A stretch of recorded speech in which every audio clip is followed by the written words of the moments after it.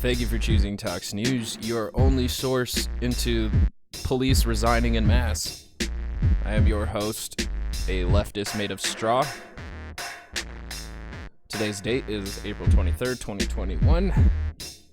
And per usual, we begin with the Pledge of Allegiance, the Tox News way. I pledge allegiance to liberty and justice for all. I want to thank you again for joining me on this wonderful day. I hope it is wonderful for you. It's not wonderful if you look at the news, but if you try to take in your general surroundings, I hope it is going well. I want to begin before getting into the Tim Pool segment that I have planned today to get into a couple of stories that have happened recently. This one's being reported by NBC4 Washington. The headline reads, Virginia man shot by Sheriff's Department after calling 911 for help. Isaiah Brown, 32, is in intensive care with 10 bullet wounds after being shot outside his home in Spotsylvania County early Wednesday, his family says. I apologize. A Virginia man was shot multiple times by a sheriff's deputy after the deputy gave him a ride home, left, and then was called back to the man's home for help. Isaiah Brown, 32, is in intensive care with 10 bullet wounds after being shot outside his home in Spotsylvania County early Wednesday, his family says. The home health care aides family, I think it's supposed to be the family's home health care aides, told News 4 they have no idea why the deputy opened fire. Quote, the officer just started shooting at him for no reason. I didn't hear a warning shot. All I heard was hands up one time, and all he had was his phone, so I know he put his hands up, Isaiah Brown's brother, Tasman Brown, said. Virginia State Police are investigating. State Police and Brown's siblings say Brown's interactions with the deputy began when Brown's car broke down at about 2:30 in the morning, Wednesday, at a gas station on Route 3, several miles from his home in the 12,200 block of West Catharpin Road. The deputy, who is white, gave Brown, who is black, a ride home.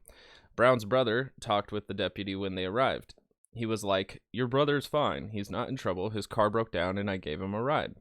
Not long after the deputy left, Isaiah Brown called 911. The sheriff's office categorized the call as a domestic situation between Isaiah Brown and a family member.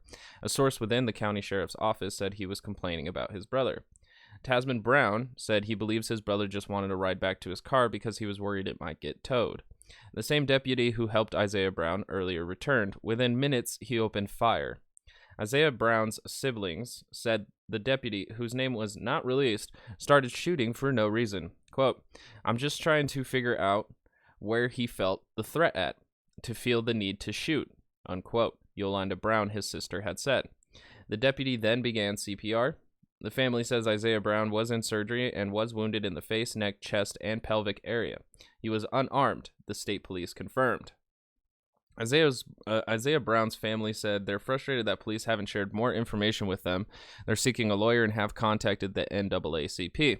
State police confirmed that they have body cam footage of the shooting, but said they will not release it publicly.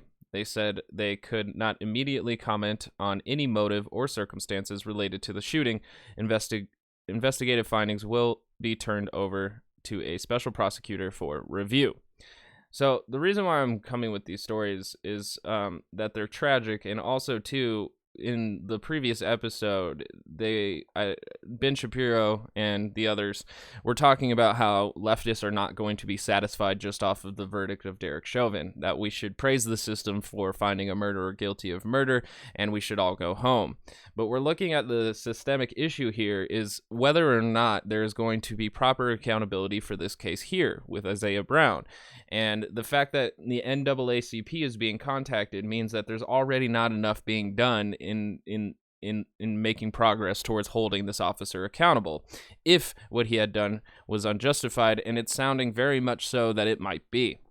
So, and I like to highlight here, too, as well, that Candace Owens alleged that, the body cam footage was held back during the George Floyd, before the trial, and was leaked by the Daily Mail because the media didn't want you to get the full picture.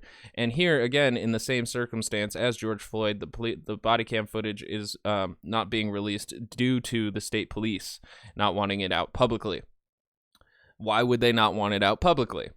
Maybe because it would bring too much attention to this case, to this murder, and that's not going to benefit them if they're going to try and move their officer without accountability. So this isn't the only case. This happened just Wednesday, which 2 days ago from the time of this recording, which was April 21st. And then we go back in time for this one here, coming from the Texas Tribune. I'm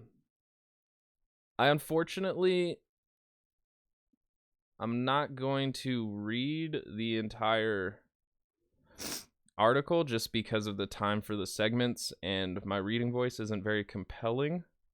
So I'm going to get as much of this story as I can, but I definitely encourage everyone to follow through with more research. I'm going to post the links to these articles in the description below so you can check them out down there. But this one was posted April 13th of 2021, and it reads, Marvin Scott III died in Texas police custody.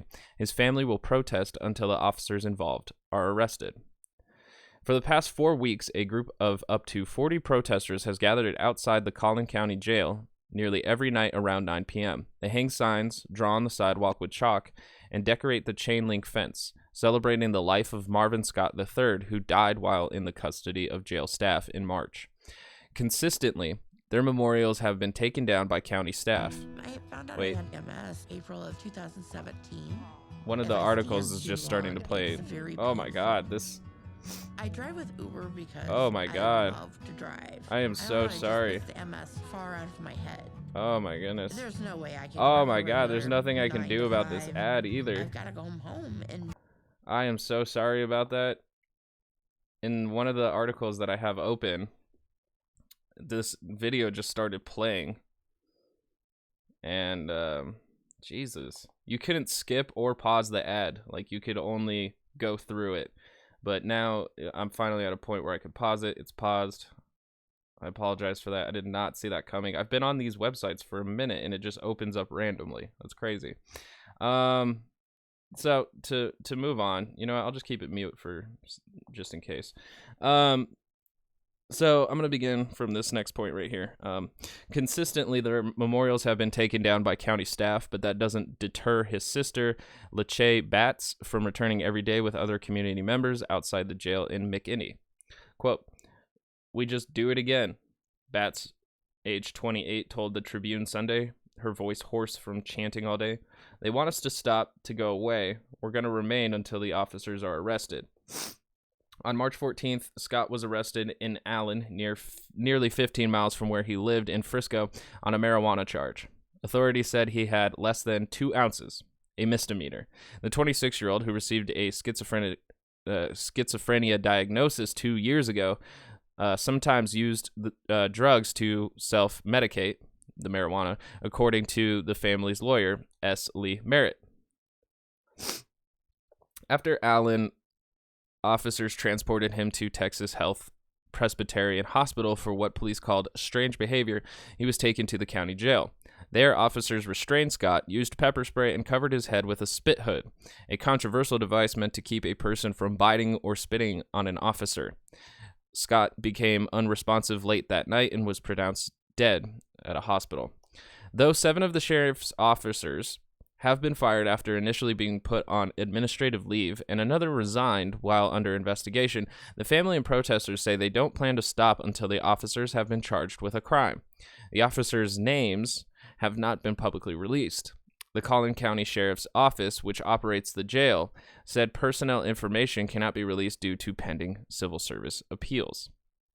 The Texas Rangers are investigating Scott's case. Nearly a month later, the county medical examiner's office has not yet released an official cause of death. The family hired a forensic pathologist to conduct a second independent autopsy. During the March 23rd press conference, the pathologist Amy Gruzetsky of American Forensics said, quote, "The physical struggle of the restraint as well as the possible asphyxia from the restraint would likely be causes of his death, and a negative autopsy, meaning no injuries, no blunt force trauma, is consistent with that," unquote. During the press conference, Merritt said the Collin County District Attorney had explained that he would need a cause of death and a medical examiner's report before he could decide whether to pursue criminal charges. There has been an intense focus on police brutality during the murder and manslaughter trial for Minneapolis police officer Derek Chauvin, accused of killing George Floyd in late May by kneeling on his neck for more than 9 minutes, which sparked protests around the nation. And on Sunday, police deployed tear gas against protesters who marched after an officer fatally shot 20-year-old Dante Wright during a traffic stop in Minnesota.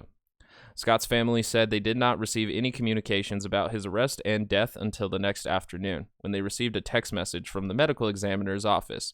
Batts said the family has not yet seen the jail video related to his death.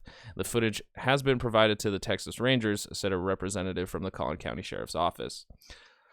Following a March 17th vigil at Town Park Lake in McKinney, Batts and her family have stood outside the jail almost every night in hopes of calling attention to Scott's death and to demand justice and transparency. They hand out flyers during the protests, Batts said, and post about the rallies on social media. What started as a group of up to 40 people has since settled to about 20 consistent protesters, said Elizabeth Mickle, a community activist who joined the protesters soon after learning about them online. She has been there almost every day since and has addressed the McKinney City Council and the County Commissioner's Court. Quote, "My role is to support the Scott family and to amplify their voices however I can. The family has asked for those 8 detention officers to be arrested. I will do whatever I can to expedite that." So, again, like, look at how this case specifically, with very little media attention being brought to it, how little transparency is also coming from the state.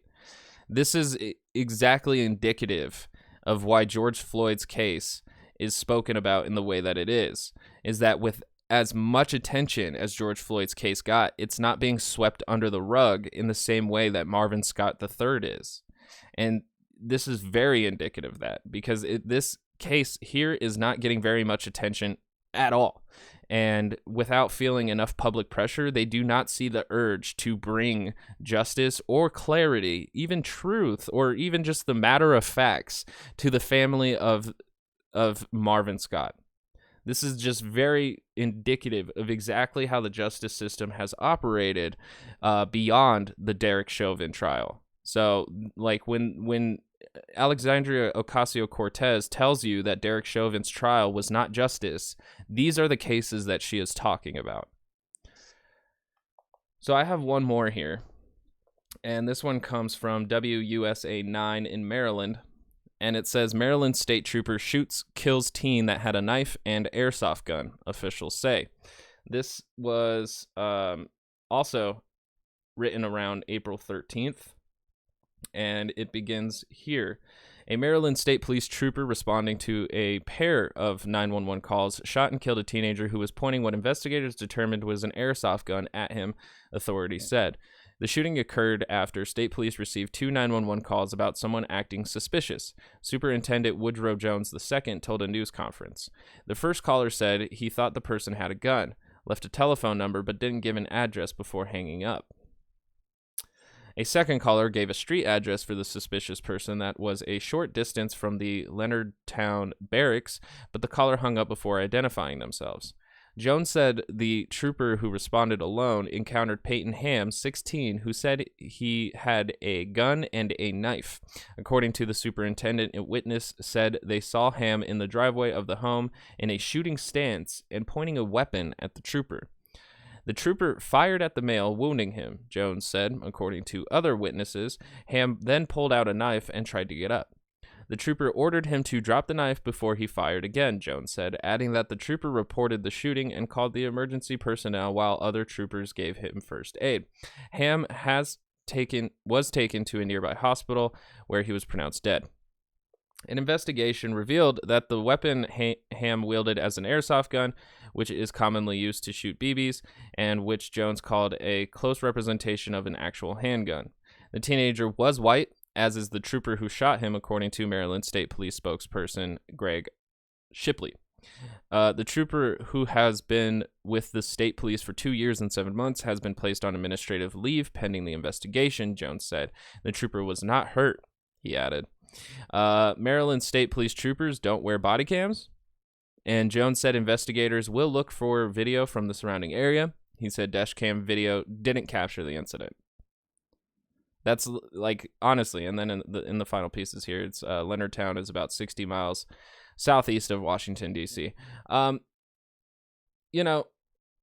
Feeling immediately threatened by the presence of a gun, I could see why a state trooper would pull the trigger, jump the gun. I could see how this, misunderstanding could actually lead to the death of a teenager, depending on how much the teenager was cooperating with the state trooper and everything that shaked out from these circumstances. But with him pointing his airsoft gun at the state trooper, it is kind of fair to reason that the state trooper had a valid fear for their life. The unfortunate thing is that we don't necessarily see the BB gun. We haven't seen the airsoft gun, so I'm not sure if I really buy that story, but they do say that it does closely resemble a real handgun, which I can believe that as well. The only thing that really differentiates a lot of them is them being having the orange tip around the barrel. Other airsoft guns are really transparent. They tend to not have the black matte painting, so it's a lot more obvious that they're spring loaded, So we would definitely need a lot more information here. But again, this story here highlights the fact that transparency is really lacking, and especially with state troopers, because state troopers are not required, as I can tell from this video, Maryland State Police troopers are not required to wear body cams. So although the cop may be justified, the lack of transparency in killing an American citizen in this way, it yet again is just very indicative of how our criminal justice system works. So we're going on our days ignoring so far.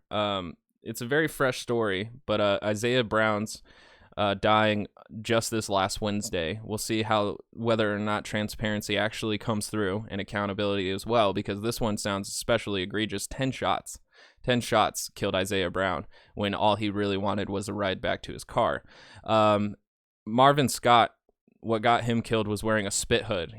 As far as we know, so far it's asphyxiation, but so far that came from a secondhand autopsy that the family had to get on their own, that the state hasn't even released its death certificate, nor have they released the names of the officers, nor have they released any video. So again, lack of transparency onto the level of them seemingly trying to sweep Marvin Scott's death under the rug, because there is a lack of public pressure to do the right thing. And then with Maryland here specifically, it's just shown more that with state troopers not having body cams, them not really releasing any footage, all we're going off is eyewitness accounts and what the officer said. We're dealing with like a real clarity and transparency problem, which then also lends itself to the lack of accountability that police officers face. And the more and more they get away with these things, and the more and more they do not face accountability, the less the public is going to respect them. They're going to see people who are given absolute power. And what does absolute power usually do? It corrupts absolutely. And it's not very... It is fair for the public to then assume that these police officers have become corrupt with their disdain towards accountability and never having to face it. So I just wanted to highlight these specific stories here. Everybody's talking about Ma'Khia Bryant and Dante Wright and Adam Toledo, and we have to add these Isaiah Brown, Marvin Scott, and Peyton Ham. We have to add them all to the list of names this year, even though they're not even, there's been already over 200 police-involved killings. So these are just, a scratch on the surface of still what we've been dealing with for a long time. And I wanted to give you those stories just before we get into Tim Pool here, because I wanted to give at least a little bit of broader context on exactly what I feel the left-wing movement towards this, the criminal justice reform, the abolish police arguments. The whole left-wing movement has been wrongfully categorized by the right wing, and it's mainly because, you know, the media focuses on a few of these stories when there is a massive problem that is not highlighted by the media, although they will bring it up in these statistics whenever they have a segment of a talking round table about George Floyd or about Dante Wright or about Ma'Khia Bryant. They'll bring up these statistics and they'll bring up, you know, old stories that we're all familiar with, but all these other ones that are being swept under the rug and just completely ignored is incredibly part of the problem. Tim Pool here is going to give us a little perspective on something else, though, and it's called Police Are Resigning en Masse Over BLM Riots and Democrat Policy. Chauvin Verdict Will Make It Worse. Let's go, Tim.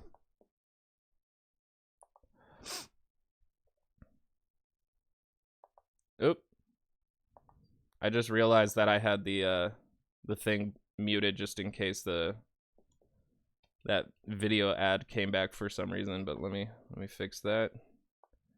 All right, take two. Be careful what you wish for. You might just get it. Due to the ongoing Black Lives Matter riots, the constant stream of news demonizing police officers, and the intense political climate that sees even high-profile Democrats smearing and berating police, officers are resigning in large numbers. In Albuquerque, 20 members of the emergency response team have resigned from their department. And what's funny, too, is I've been to, like, a couple protests, like, I don't think I've been to one that was organized by BLM, but I went to one specifically due to police brutality and victims of it. And a lot of people would shout at the cops that they should quit their jobs.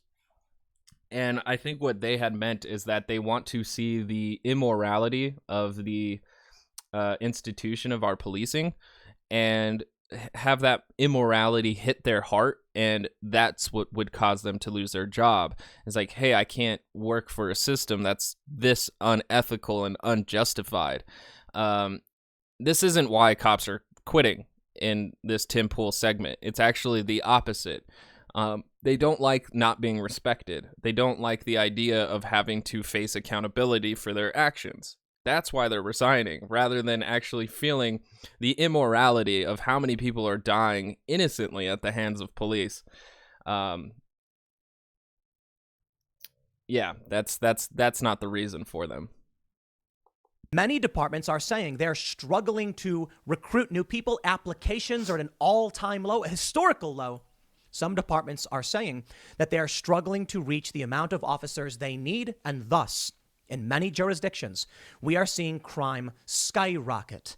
Unfortunately for most people who actually do want the police, the media has been inundating everyone with the worst of the worst.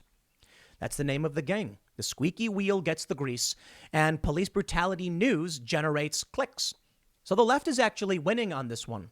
The people who are in favor of defunding and abolishing the police, while not necessarily winning a political victory, are winning an implied victory. The sustained pressure campaigns, the fact that district attorneys are not prosecuting rioters, has police saying, what's the point? Why bother being a police officer if you're going to risk your life and then go to prison if you try to defend yourself? Well, which brings us to the... That's part of the problem of, you know, the conservatives getting so mad that people who were swept up in arrests during the riots aren't being charged, is because there isn't enough evidence to charge them of rioting. A lot of people were arrested merely for just being there. So if you're getting mad about those things, then, you know, I have to really question your faith in what you expect the system to do, because if it's going to merely severely punish people merely for protesting, then we've reached a very stark point in American democracy. The Chauvin verdict. This isn't even playing a role yet.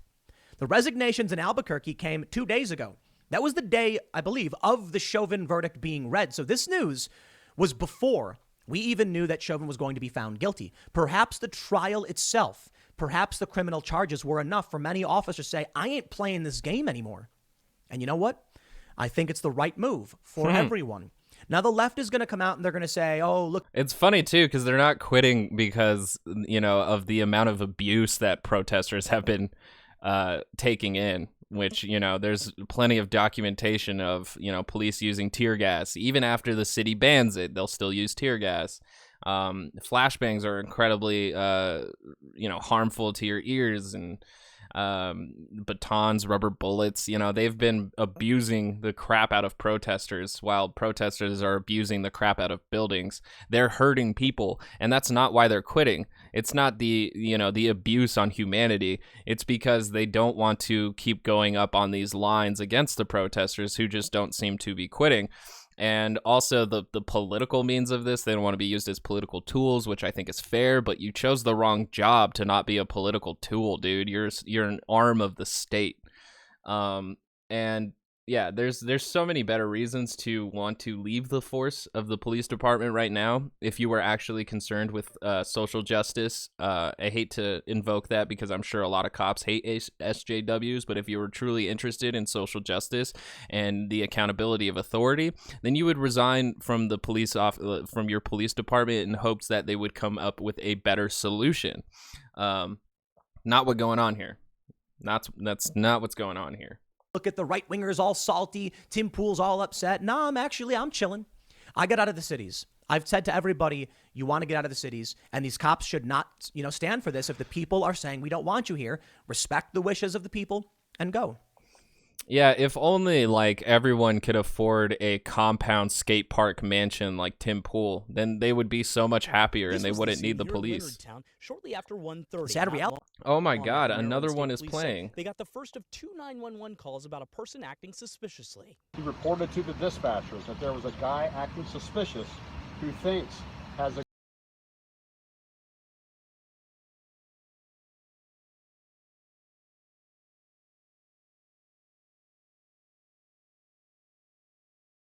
Sorry about that. I had all of my engineering way off. I muted myself in attempts to mute that audio, but it was the press conference from Peyton Hams, the police officers having a press conference after. My bad. This website is incredibly intrusive. I'm surprised. But let's get back to it, Tim. The reality is most people want the cops, at least according to several polls.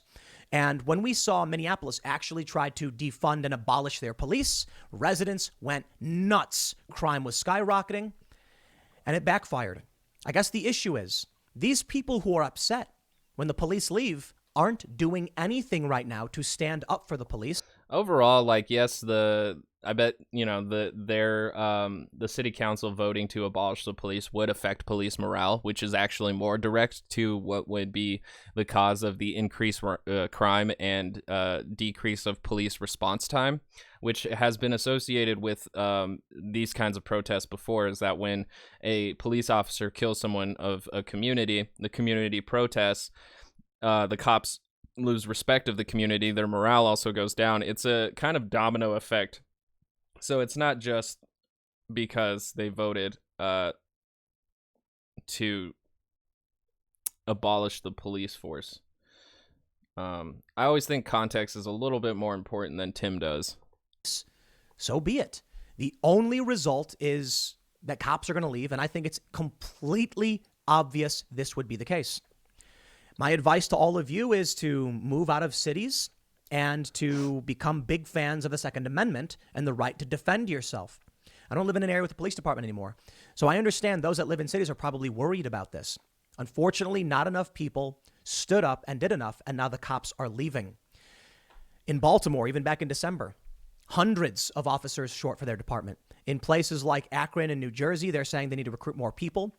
Who would want to be a cop in this climate when you will be next? When LeBron James says, you're next. I mean, that's the story, right? There were 2 black teenagers fighting. The cop decided to save the person who was about to be stabbed. And for that, LeBron James, look, he may not be known for his political rhetoric, I guess kind of is, strangely, but he's a very famous individual, blaming the officer for saving someone from a stabbing. I'm sorry, at this point, I think it should be obvious to any and all officers. It doesn't matter what. It's pretty funny, though. I hate to do the Dave Rubin thing. It's not a Thanos analogy, but it's a Man of Steel analogy. Everybody kind of I remember when Man of Steel came out, and everybody had a little bit of a problem with the ending. And the ending where he has General Zod. Superman has him in like a rear naked choke while standing.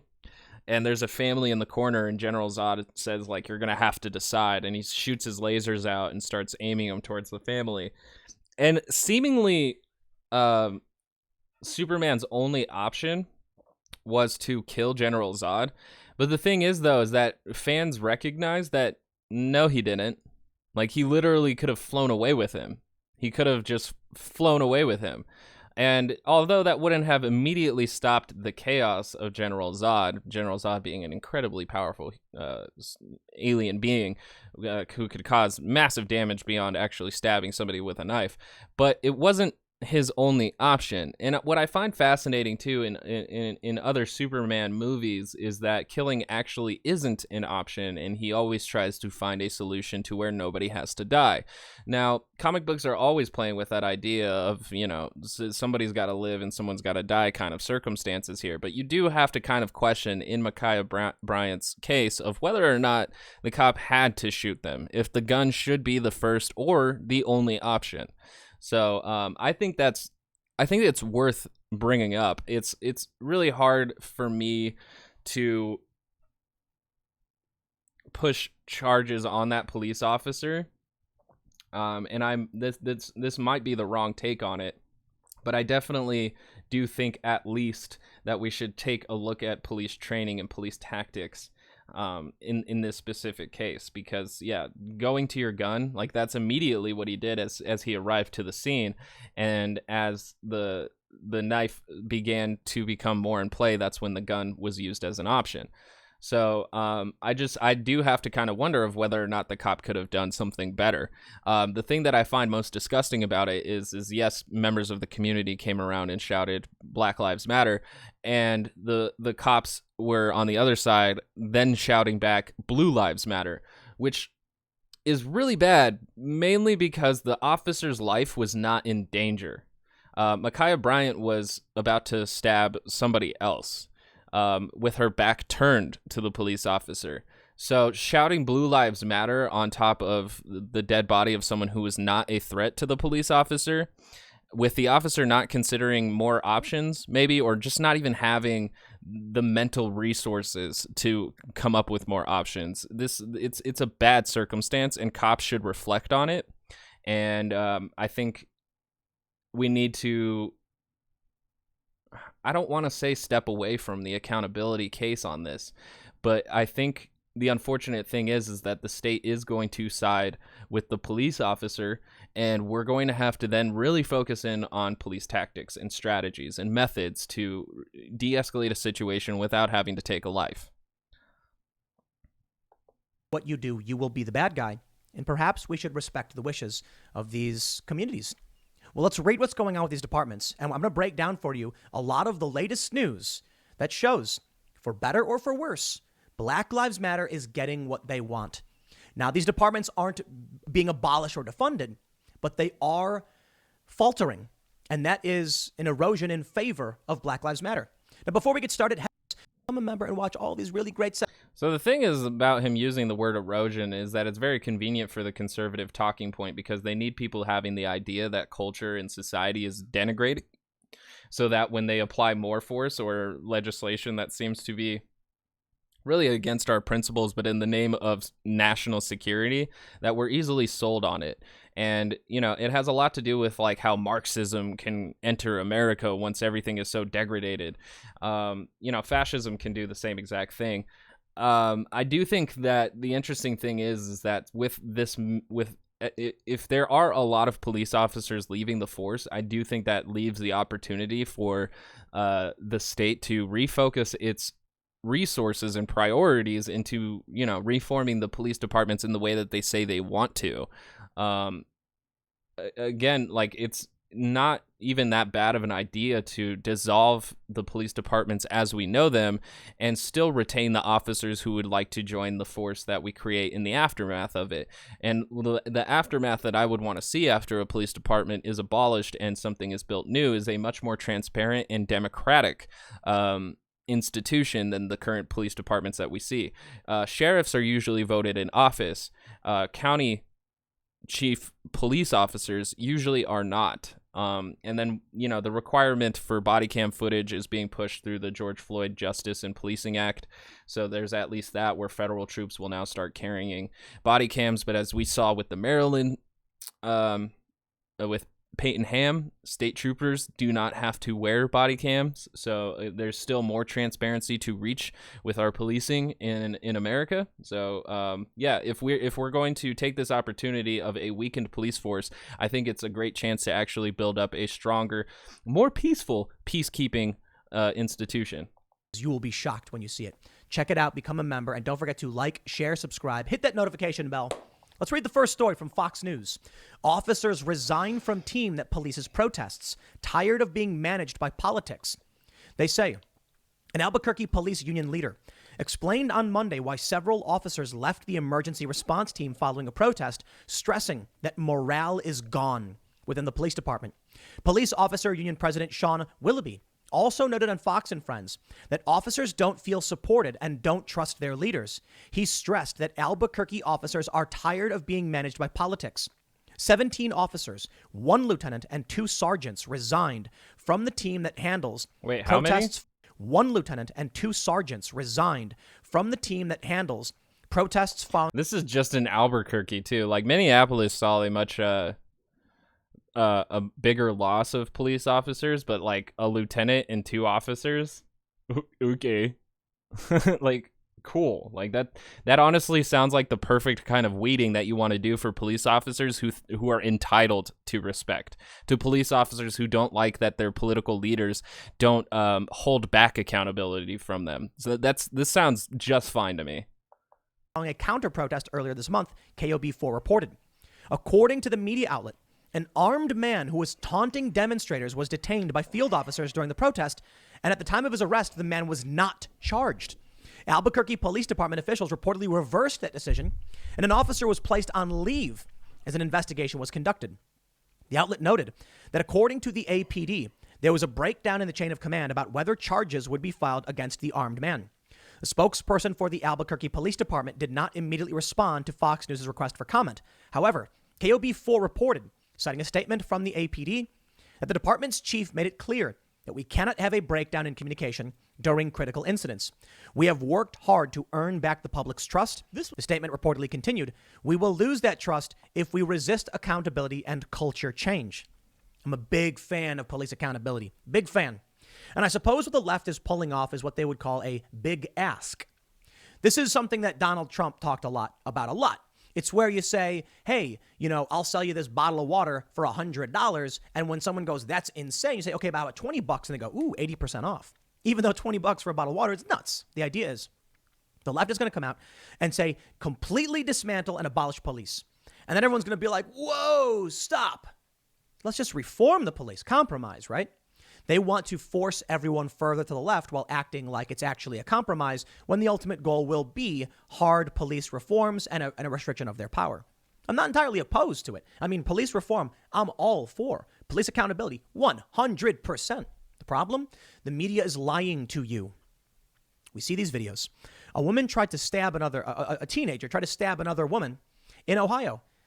And the grifters on the left are literally defending child knife fights. You think I'm exaggerating? I'm not. I covered it yesterday. They're saying, oh, teenagers do this all the time. Please don't. Please have the police come in. You know what? I'm going to stop right there. I already gave my views on it, and it already seems like Tim Pool's never heard my stance on it. So I am of the opinion that we should respect communities when they want a change to be made. If a cop goes into a neighborhood and there's a knife fight and the cop saves someone by shooting the person with the knife about to stab the other person, and the people get mad about it, the cop should not intervene. Look, I know a lot of people are saying, no, that's dumb. The cops need to save lives. That's their responsibility. Whoa. I don't need agents of the state to tell me how to live my life. Now, I personally appreciate having cops because, while I disagree with a lot of what they do, notably on Second Amendment issues and constitutional issues, I think these are things we need to reform. It's really hard to do. It's a tough spot. I don't know. I'll prefer it. If you want to have a city where you kick the cops out, that's I mean, the thing is that he says that he's 100% for reform and he's 100% for accountability, and never does he lay out what that would mean in a Tim Pool world. So that's it's interesting. You're right. You vote for it. By all means, don't let me get in. Also, too, what's interesting is that he said that he's all for accountability, but during the Chauvin trial, like he consistently said that during the trial that he was sure that he was going to be acquitted. Like, I get that you're for accountability, but your immediate reaction to the defense is that he's going to be let go. And then you also tried to fight for the same case that they did, raising reasonable doubt whether or not all the George Floyd's pre-existing conditions and drug use had more contributing factors to his death rather than the knee on the neck. So I'm not buying that you're all for accountability, especially when you see a full-on 9-minute murder video and you're still helping the defense raise reasonable doubt through your media platform, through your influencing. I don't buy that he wants to see accountability. In the way, if where I live, we vote for constitutional carry, I don't want the cops to come and arrest somebody for having a gun. No, we make that decision. That's our community. Fine. If they want to have a city with no cops, they voted for it. Hey, I moved out of Philly. Okay, I don't live there. I relinquish any claim to tell you how to live your life. If you live in these areas, I respect your opinion when you say we need cops. I mean, it's so like ideologically like superficial to be like, they're going to abolish our police and then we're just not going to have any kind of peacekeeping force after that. No institution to replace it. And like how ideologically lazy conservatives are is that like they don't want to do anything, but they also are down for like minor reforms that'll at least shut up the public. So, anything that is considered too big of a change is just too much to do because we're giving too much power to the left. When really we need to like look at the foundations of almost every institution that we do. Like we look at our presidents every 4 years and we wonder, is this the person that we want to continue doing the job? Why don't we do that for our institutions? Every 4 years, every 10 years, we look at the statistics of our institutions and wonder if they're doing the best job that they possibly can. And if not, then we redo them. And yeah, that might take a lot of resources and all of those things. But again, we have a massively overbloated military budget on the fact that the rich pay little to no taxes. So there's definitely solutions to this money problem as well. But I find it very ideologically unsatisfying to be a conservative to make these claims. It's pretty wild because we could do something that would be written down in history as revolutionary by creating an entirely new peacekeeping force that doesn't kill 1,000 American civilians per year. The reality is, you do. Now, look, a lot of leftists are going to be like, cops are bad, they're all bad, all that stuff. We saw what happened when they tried to defund the police in Minneapolis. Crime skyrocketed and people were just like begging the cops to come back. Good luck. It ain't going to happen, especially not after all this. They're actually, don't get me wrong, they're actually finding new recruits for a lot of these departments, which is hilarious to me because these cops are going to be the first in line to go to prison when they defend themselves because they're not experienced. They're not going to know how to handle themselves and they're going to do a lot of things wrong. That's a funny claim to make because, yeah, of course, like new recruits are more likely to make mistakes. But Derek Chauvin was a police officer of 19 years. So the woman who shot Dante Wright was on the force for 20 years. So, and she mistaked a gun for a taser after being a training officer on the force for 20 years. So it's not just a rookie problem. Like, we're not going to be safer on the streets just because they're a veteran. And then, well, that's what's going to happen. Let's read a little bit more. They're going to say, Willoughby reportedly told the outlet that 20 officers have quit over the last 2 months from the department. Speaking on Fox and Friends on Monday, he said, there was a lack of trust with our administration. They were not supported. We have an individual that's being removed from this counter protest for doing absolutely nothing wrong. Willoughby told host Brian Kilmeade. He didn't violate any laws. He was exercising his constitutional rights within the city of Albuquerque, and we had a sergeant taken off his job, gun and badge removed. Who wants to live under that type of scrutiny? Everything in Albuquerque is about constitution. Because he arrested a protester that wasn't doing anything. Like, it's in the article as you're reading it, I'm pretty over sure. the last 2 months from the department. Speaking on Fox and Friends on Monday, he said there was a lack of trust with our administration. They were not supported. We have an individual that's being removed from this counter protest for doing absolutely nothing wrong. Willoughby told host Brian Kilmeade. He didn't violate any laws. He was exercising his constitutional rights within the city of Albuquerque, and we had a sergeant taken off his job, gun and badge removed. Who wants to live under that type of scrutiny? It says counter protesters, so I'm getting really mixed vibes here. Was it the officer? We have an individual that's being removed from this counter protest for doing absolutely nothing wrong. He didn't violate any laws. He was exercising his constitutional right within the city of Albuquerque, and we had a sergeant taken off his job and badge removed. Again, like, there's a lack of trust for it. I don't know who they're talking about. Are they talking about the officer being on the side of the counter protesters of the Black Lives Matter protests and protesting that, like, Blue Lives Matter? Because I just feel like when you're a cop and you take that stance, it's a little bit of a conflict of interest. And, you know, the Back the Blue movement is pretty against accountability on its face. So I can see a conflict of interest in not necessarily wanting a officer on your side who is that fervent about backing the blue, although they are a police officer. I think by remaining a police officer during these times shows your support for the police office or the institution of policing well enough. I don't think you have to go to a counter protest, and it kind of makes the situation a lot more dangerous. So I'm not 100% sure what they're even talking about, though. So scrutiny. Everything in Albuquerque is about constitutional policing unless the constitutional policing doesn't prescribe the political ideology of whoever's in charge. That's not how officers operate. We are not a Rubik's Cube. Willoughby pointed out that being part of the emergency response team is an extracurricular activity for those officers, and that he doubts the APD will get anybody to replace these jobs. We're going to have to use field services and traditional dispatch with civil unrest from now on, he continued, stressing that he doesn't blame the officers for leaving the team at all. Who wants to take on that professional liability of being involved in these protests that just are never ending, he asked.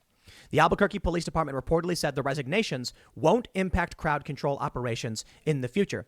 Well, the crazy thing is that if you show at least a little bit of transparency and a little bit of accountability, you don't have to keep doing Portland and Minneapolis every night. Like, you know, in Ohio, they released the body cam footage pretty immediately. And as far as I know, there were protests, but there was no rioting. And after the verdict of Derek Chauvin was found guilty, there was no protest or rioting in Minneapolis. So, you know, if you got to trust the public a little bit, but unfortunately, cops aren't into the idea of facing accountability. They don't like it. So I want to make sure something is clear. In case I got something wrong, I don't know if they're quitting outright. It does say they resigned. My assumption is they're resigning from the department. But if he's saying it's extracurricular, maybe I was wrong. So I'll put that correction right here. It's possible they're staying on as regular cops, but not in the emergency response team. Regardless of this, the resignations are real across the board. We are seeing a lot of resignations. And yeah, but there's a difference between resigning from one department of your police department and returning to regular patrol and resigning from the force entirely. So I don't know why he's saying that it's all the same, because it's not. Struggle to bring on enough officers. This story from today. Philadelphia police shortage developing into very real concern, FOP president says. This is from ABC6. In Philadelphia, police are having trouble finding new recruits to join the force, even as officials say the department is severely understaffed. The funny thing is that the conservative solution to this is merely just hire more police officers, rather than thinking on how we can invest in the community to prevent violent crime, which usually poverty is one of the closest links to crime.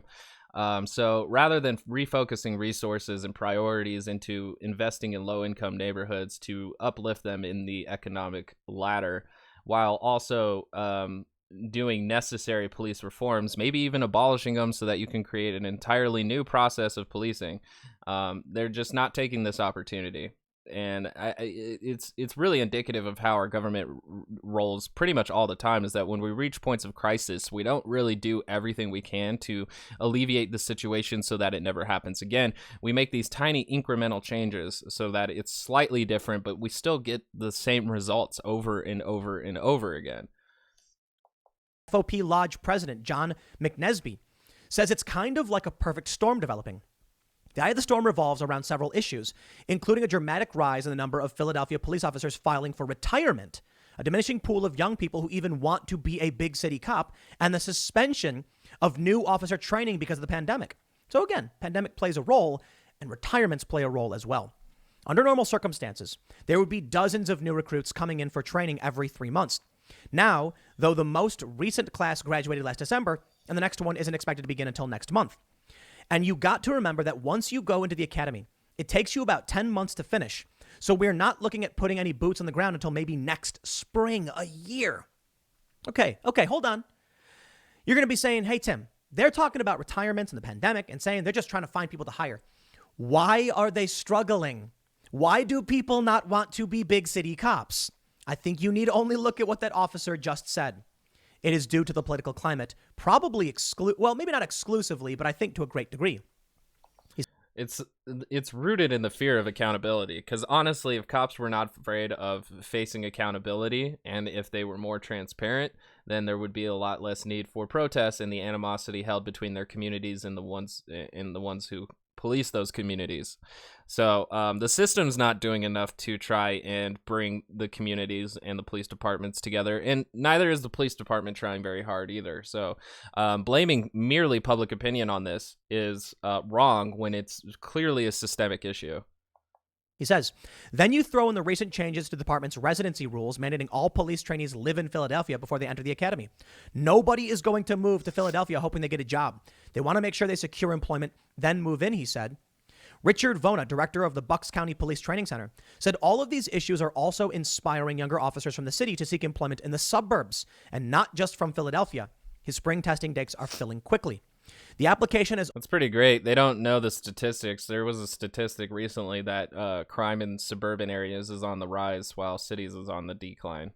So that's interesting. Only been open for a week, but I do see a number of officers from some bigger cities like New York and Philadelphia. I'm sorry, man. Look at this, what he says. Coupled with the pandemic in the future, getting classes in and getting them through the academy, we're at dangerously low levels.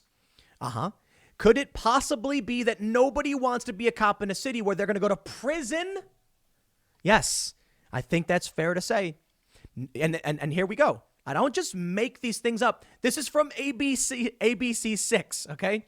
The other story is ABC 6 Philadelphia. This one's from ABC 6 Rhode Island. Different ABC 6. Is it really? That's how it works? That's ridiculous. Anyway, national brutality cases hurting police recruitment, locally officials say. Don't come to me and be like, people just want to live in the suburbs for some reason. It must be the pandemic. Okay, fine.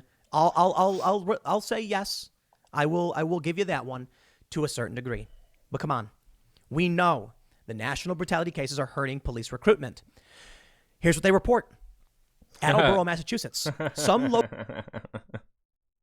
And it's not because of the atrocities committed or seen in these national cases. It's just like, I don't like not being respected. Local police department said they've seen double-digit drops in recruitment and increases in early retirements. New Bedford Police Chief Joseph Cordero told ABC 6 the department has seen a noticeable drop for the last 5 years. Chief Cordero says the drop nears 30%. All they're seeing in their news feeds is negative police behavior. It's just been such a derogatory negative tone on the police. In Attleboro, Mayor Paul Heroux says he's seen the drop in recruits and an increase in early retirements because they look at the job as just being a high liability to them and their family. To these officers, I want to give you a round of applause. For one, you are standing up for yourselves, for your own dignity and your rights, and I respect it when people stand up for themselves. Two, whether it's intentional or not, you are... Look, I want to be a police officer, and I'm okay with the thought of possibly dying in the streets. But facing accountability for killing someone unjustifiably, that's just too much for me. Standing up when people say, we don't want you here and we hate you, and you're saying, then so be it. I look at that as respecting the rights of the people and what they ask for. Now, listen, you got people who want cops. You got people who don't want cops. The people who want cops aren't saying anything because they got cops. The people who don't want cops are burning things down because they don't want cops. Well, sometimes you got to fight. They're burning things down because they want accountability for cops. Again, this is such a ridiculous framing, and it's consistent throughout the entire right-wing echo chamber. For what you have, because some people want to take it away, and you don't know what you got till it's gone. If people won't support the police, they will resign because the squeaky wheel gets the grease. I respect these officers for doing it. If the left is saying we don't want cops, and they're rioting, and the politicians and the Democrats and the president and all these people are in agreement with them, and the cops say, I know when I'm not wanted, I respect that tremendously. If they're saying abolish the police, and the cop says, okay, let me retire, I'll take mine and go, I respect it 100%. They say, now city and police officials are focusing on recruiting drives and improvements within their departments. It's becoming increasingly unpopular to be a police officer, but that's why we need to make sure our officers act justly, make sure they follow the law, make sure they're well trained. That is 100% true. I ain't going to cry over a cop that kills somebody unjustly and goes to prison. You know that dude, what was it, in South Carolina? He shot a guy in the back. Except you did. Except you did. Like, after the Derek Chauvin verdict, you did exactly that. He did it on a segment on this channel here, which is the Tim Pool channel, and then he did it on his podcast, Timcast. So, and I'm pretty sure I covered that in my episode of Derek Chauvin, filtered by the right wing echo chamber. So, yeah, no, he did cry. He didn't have tears or anything, but he definitely had some complaints. Back like several times. That guy deserves to go to prison. And I haven't met a conservative who thinks otherwise. Isn't it funny how that works? Everybody wants police accountability. The issue is, except when it comes to actual time to hold a cop accountable on a scale that everybody would see it happen, they opposed it. In the idea that George Floyd had a criminal record, in that he was a drug dealer, they opposed the accountability. When the left takes it too far and they riot and burn things down, nobody wants that either. We want accountability for everybody, but we're not getting accountability from these extremists on the left. Well, now the cops are all leaving, and it's going to get bad, but let's read more. Officials say the recruitment and early retirement issues have not impacted response times, but have resulted in more overtime and additional stresses for officers. That can impact performance, even if you're working that many hours. Some Massachusetts police and city officials tell ABC6 they would prefer more control over their own recruitment rather than having to go through the state. I'm warning you, to all these officers, if we are at a point where they're not hiring anymore because nobody wants to be a cop, they are making you work extra hours. You are getting stressed. You are not performing to your best. How long until you encounter a tough spot? How long is it until someone scares you, almost drawing a weapon, and you shoot them, and you go to prison? Your local leaders will not protect you. They will sell you out in 2 seconds. That's why I respect the cops. If it's an unjustified shooting, much in the way that so far Isaiah Brown's is coming out to be, then that cop should go to jail for life. What do you mean? I thought you were for accountability. He didn't say justly shoot somebody. Let's rewind it. He didn't say justly. He just said if you just shoot somebody.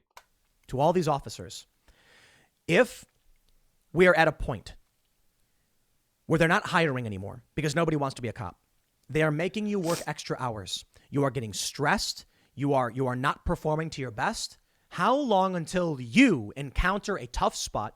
How long is it until someone scares you, almost drawing a weapon, and you shoot them, and you go to prison? Oh, okay. Almost drawing a weapon. That's the distinction. But how many people have been like Philando Castile's case? You know, hey, officer, I have a gun in my glove compartment to get my information. Don't freak out. And guess what the cop did? He freaked out and he shot him several times. So, you know, just saying when they look like they're drawing a weapon, like, come on. Like, that's just such an easy justification. Your local leaders will not protect you. They will sell you out in 2 seconds. That's why I respect the cops standing up and saying no. 100%. Now, Albuquerque has cadets to fill the void after a dozen APD officers resign from emergency response team. More power to you. I'm all about you choosing to do what you want to do. I will say these cadets must be a special kind of dumb. Very dumb people. Sorry, it's true. There's an old thing about New York where apparently they wouldn't hire cops if their IQ was too high or whatever. Now, I don't know if that's true. Apparently it is. There's like a lawsuit. But come on, man. Derek Chauvin was he, a cop for like a decade? Kim Potter, 26 years. Tragedies happen. They're asking you as an officer to go into the fray, into a conflict. Derek Chauvin had 18 cases of excessive force in his entire career of policing and was only brought to trial once. So you can't say all of them are justified if we don't get a proper look at all of them, mainly because most of them were not brought to the attention of the public. So in the same way that Marvin Scott's isn't being brought into public eye. So, you know, his absolute respect without them really earning it is very interesting. Very interesting indeed, how much he respects police. It's so much to the point that he's constantly granting them the benefit of the doubt when they have a absolute monopoly on violence and they are given authority by the state to do so. And not make a single mistake. Oh, hold on. You might even not make a mistake. They'll still demonize you. They're asking you to take a job, and then you could find yourself facing a jury on murder charges. Look, they're isolated incidents. Let's be honest. I think it's like only a dozen or so cops have actually been convicted, if that, in like the past several years. Yep, 98 cases. I've brought it up several times. 98 cases are usually found with not guilty, or they just aren't taken to court. Or even like that. It's been a long time. They don't convict cops all that often. They don't convict cops all that often. We reached that at 18 minutes and 18 seconds after several times of him saying, you could be a cop and somebody pulls their weapon and you shoot them. And it's like, not that many get a conviction, though. You see? You see how he highlights the problem here and also says that, like, the problem is that cops don't want to be given a prison sentence for making a mistake. And then the real problem that the community feels in their heart of hearts is that nobody faces accountability for these things. And then he barely brings it up right there. That's amazing. But the political climate is such that there will be riots. Would you like to be the sacrifice at the top of the hill where they put you on the stone block and say it's your blood to be spilled, figuratively? If you want to do that, by all means. Here's a story from KRQE. Albuquerque police say its academy cadets will now be trained to work on the department's emergency response team, tasked with responding to mass gatherings like protests and rallies. The new decision comes after roughly 20 APD officers resigned. I tried to make it, but I got to use the restroom. I apologize. Ruminate on what we've been talking about so far while I return shortly.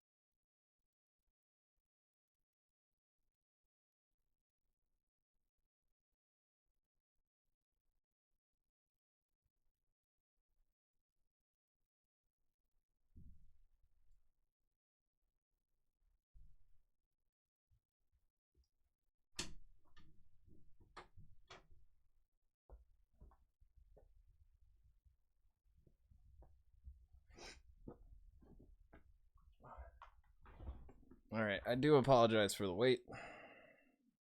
I don't have the proper editing software to make that cooler, but let's just return to the material.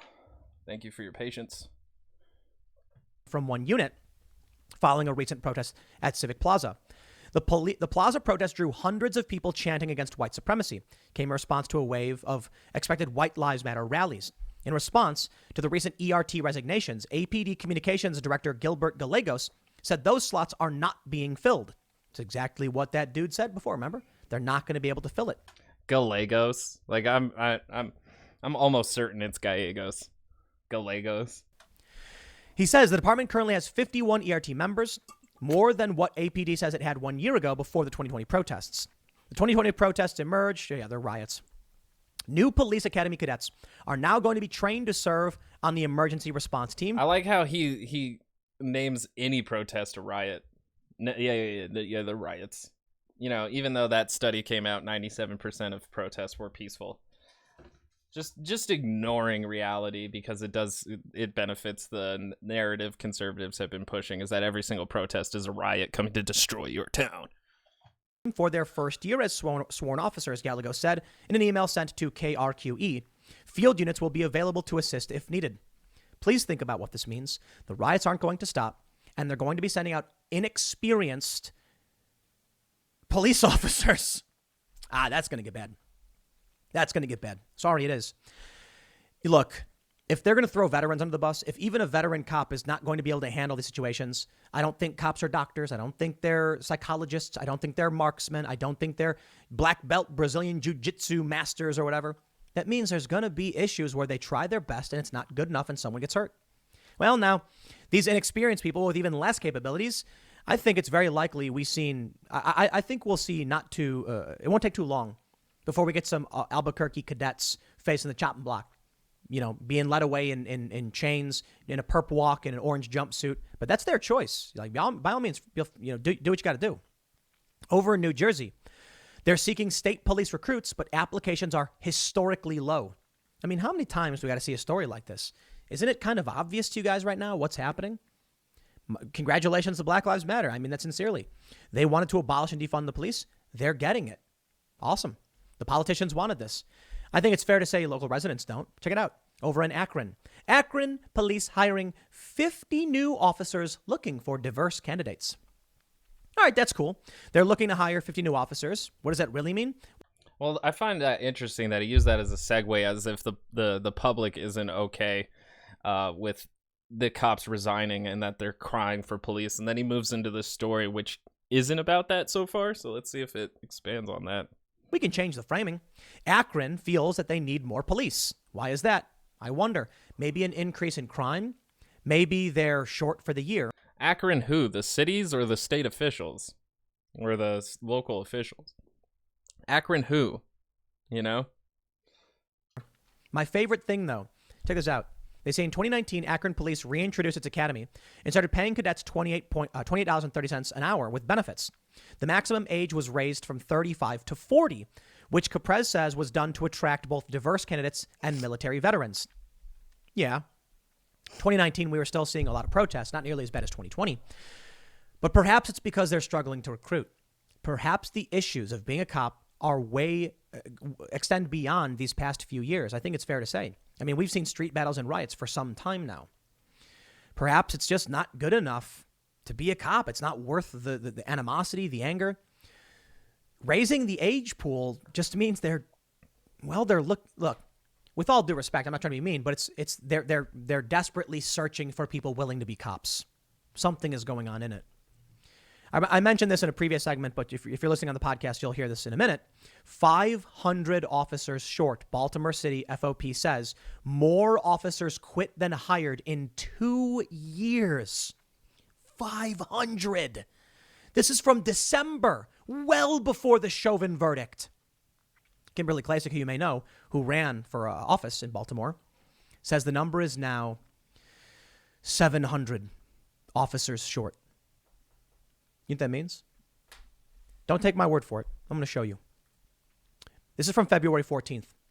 Minneapolis push to defund police backfires after residents complain of slow response times, increase in crime. The city council on Friday voted. Yeah, but that's not why they quit the defund the police the push. It did lose a lot of support in Minneapolis, but it's not just that. There was a lot of local issues as to why they couldn't get that passed or most of it done. It's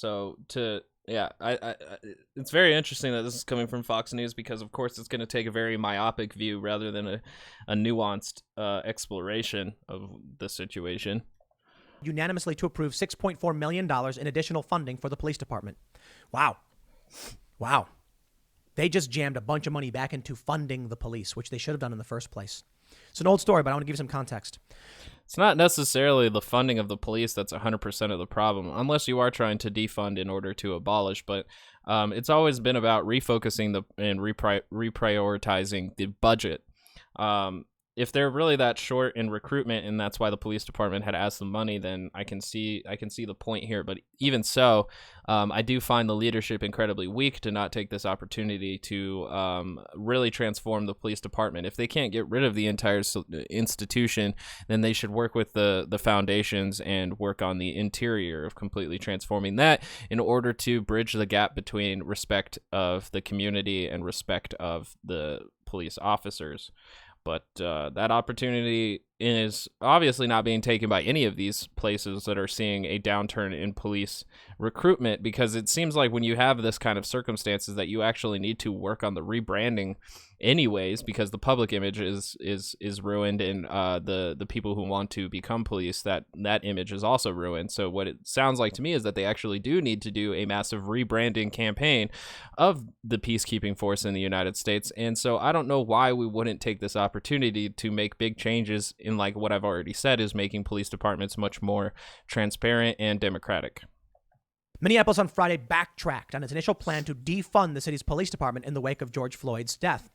The city council voted for $6.4 million. The department says it has only 638 officers available to work, roughly 200 fewer than usual. An unprecedented number of officers quit or went on extended medical leave after Floyd's death and the unrest that followed. I want to applaud these officers for standing up for themselves. The local leaders have sold you out, and now they see exactly what they will reap. They said the cops are bad and need to be reformed. Some said, there's nothing to do. The police department itself is racist and must be abolished. And now they're scared. Now they're freaking out over it. So when these leftists come in and say, Tim only wants the cops to leave to teach people a lesson. No. I fully respect the will of the people when they don't want cops. I live in an area without cops. I live in a rural area. I am allowed to own weapons to defend myself. I accept that responsibility. I like that responsibility, and I don't need to call the police for most things. When you're in a city, you can't defend yourself seriously. Like in Illinois, you can't even have a stick. You got to call the cops. Out here, I love how when we talk about gun violence, they always oh, what about Chicago? Chicago, Illinois. And then when they talk about gun restrictive laws, they just go to Illinois broadly, as if that Illinois doesn't have a gun problem due to the fact that the surrounding states around it have very loose gun restrictions. So I always think it's funny when they bring up Illinois or Chicago, because it's just always out of broader context. Always. Actually have a right to defend yourself. I respect that. If you live in the city and you're yo, we don't want cops here. Hey, man, you vote for it. You get what you deserve. Now, I'm of the opinion we're going to see more of this. With new recruit classes, the city anticipates it will have 674 officers by the end of the year, with another 28 in the hiring process. Days before the city council vote, Mayor Jacob Frey and Police Chief Madaria Arredondo promised to update the application process for police recruits to include questions about whether they've lived in Minneapolis, have degrees in criminology, social work, psychology, or counseling, and whether they volunteer or participate in programs such as the Police Activities League. Yes, that's right. A college graduate would like to take a $30,000 a year job. Ain't that something? Meanwhile, 3 city council members have proposed replacing the police department with a public safety department that would include law enforcement and other services. If their salary is also the same as that other cities that he had said, which was around $28 per hour, that's not $30,000 a year. Just saying. They say yet for Minneapolis, a coalition of local community groups is also collecting signatures to try and get a similar proposal on the November ballot. Do it to it, man. I'm all about it. If Minneapolis wants to replace their cops with social workers, dude, I am legit 100% for that.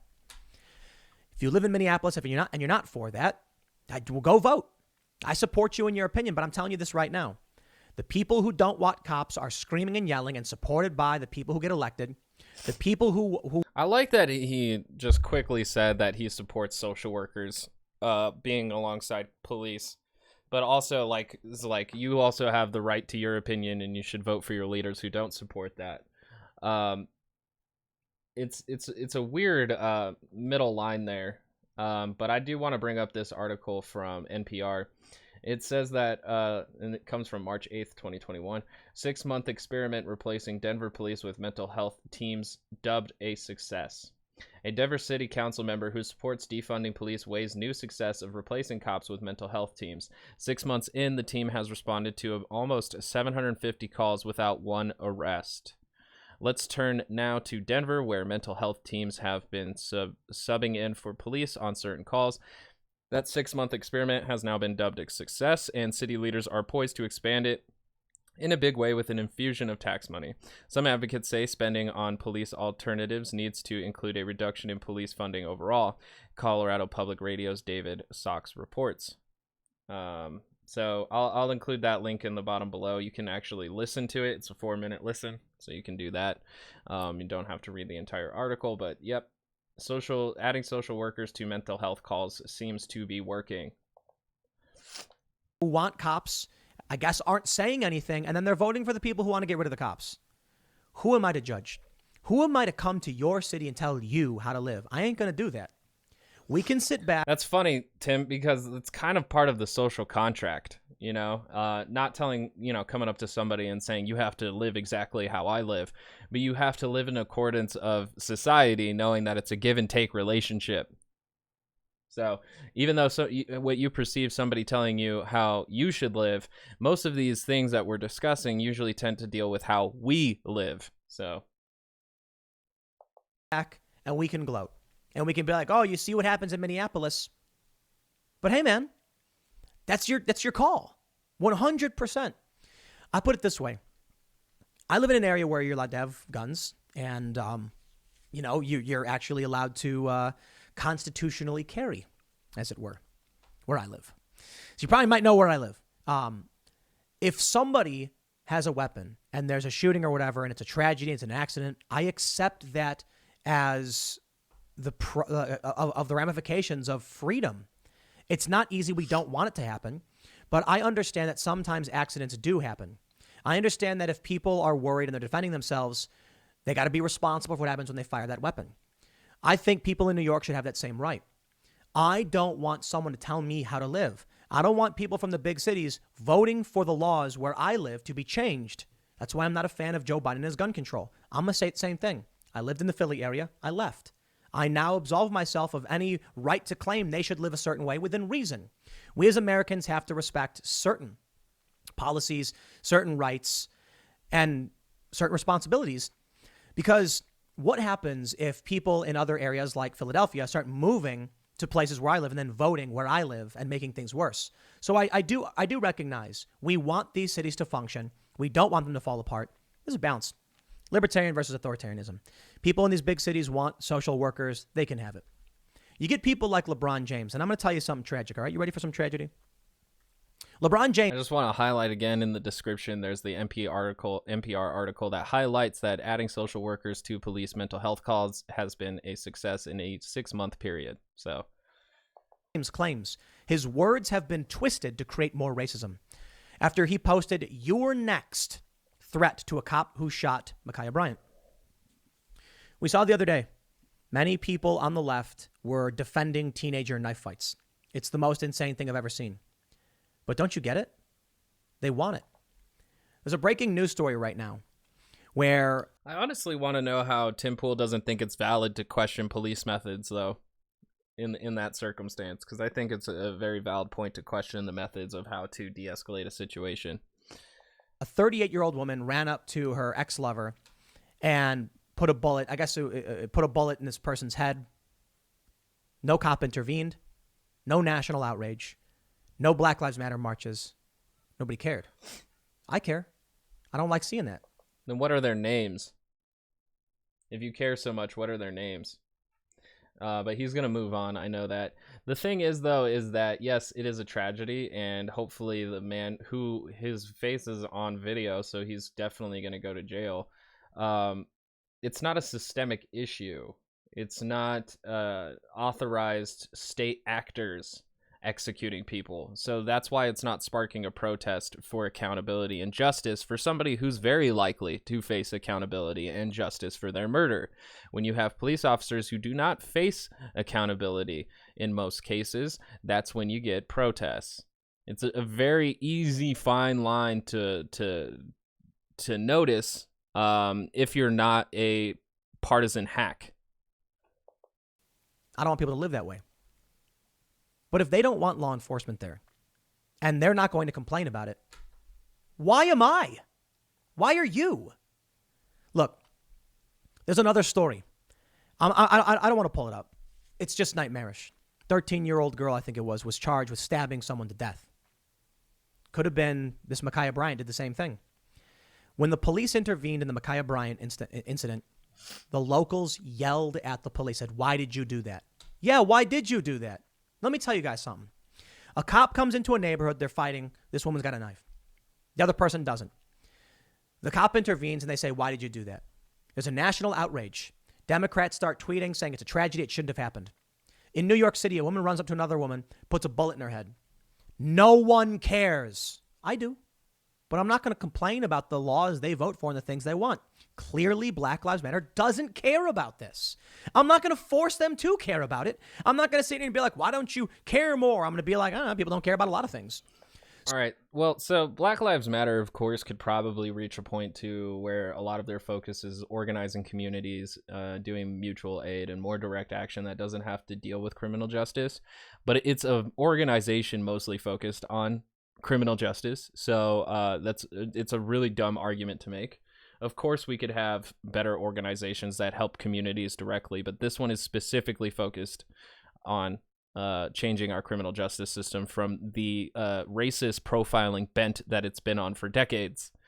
So if they want it, cops should stop answering these calls. You know what, man?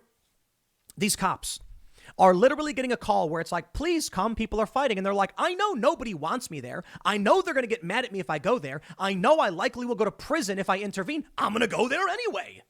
Why? They don't protest when they fight each other. This is the way they want it. Let's also remind ourselves too of the few cases that have happened where a white man goes into a building to shoot to cause a mass shooting and is subdued by a black individual who then stands over them with a gun, and the cops immediately come and shoot the black individual who stopped the gunman because he had a gun and he was black. We have to notice those things because those are a big piece into this puzzle. So it's just very unfortunate that Tim Pool just constantly ignores a lot of police actions and just continues to respect them absolutely blindly with just pure loyalty. I'm not trying to be mean or disparaging. I'm trying to respect their wishes as a community to say, "Get the police out of here."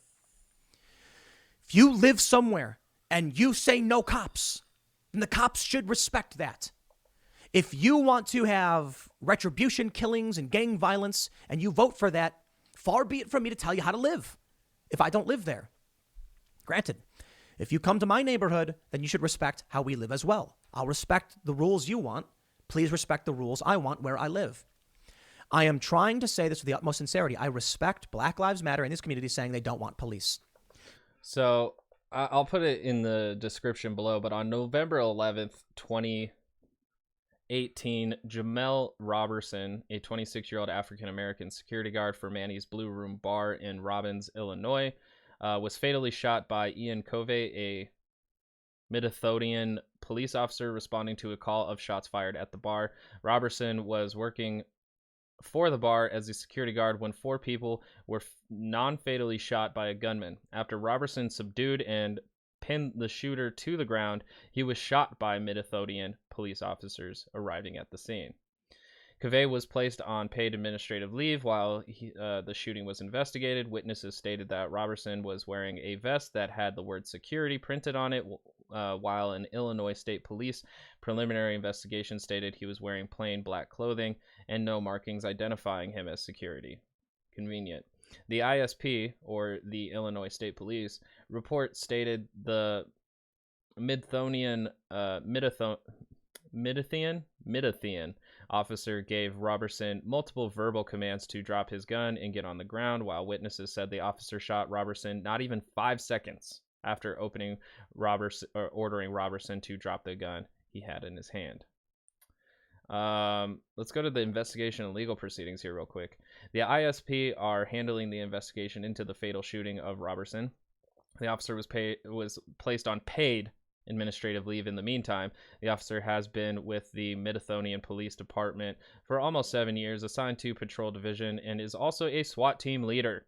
The police department initially argued that Robertson had ignored verbal commands before the shooting, but later released a second statement claiming that the shooting had been a case of friendly fire and that Robertson's death was a tragic accident. After previously identifying Robertson as an armed subject in reports, Mid-Ethiopian Police Chief Daniel Delaney issued a November statement calling Robertson a brave man who was doing the best to end an active shooter situation. On November 12, 2018, an autopsy showed that Robertson had been shot multiple times and the death was ruled a homicide. The same day, Robertson's mother filed a federal civil rights lawsuit against the village of Mid-Ethiopian and the officer who shot Robertson.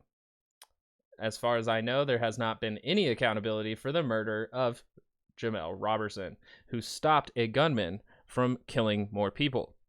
So, in Micaiah Bryant's case, it's very obvious that police can make these kinds of mistakes with I was so scared for the life of the other individual, I shot them to end the situation and de-escalate, and I saved lives, right?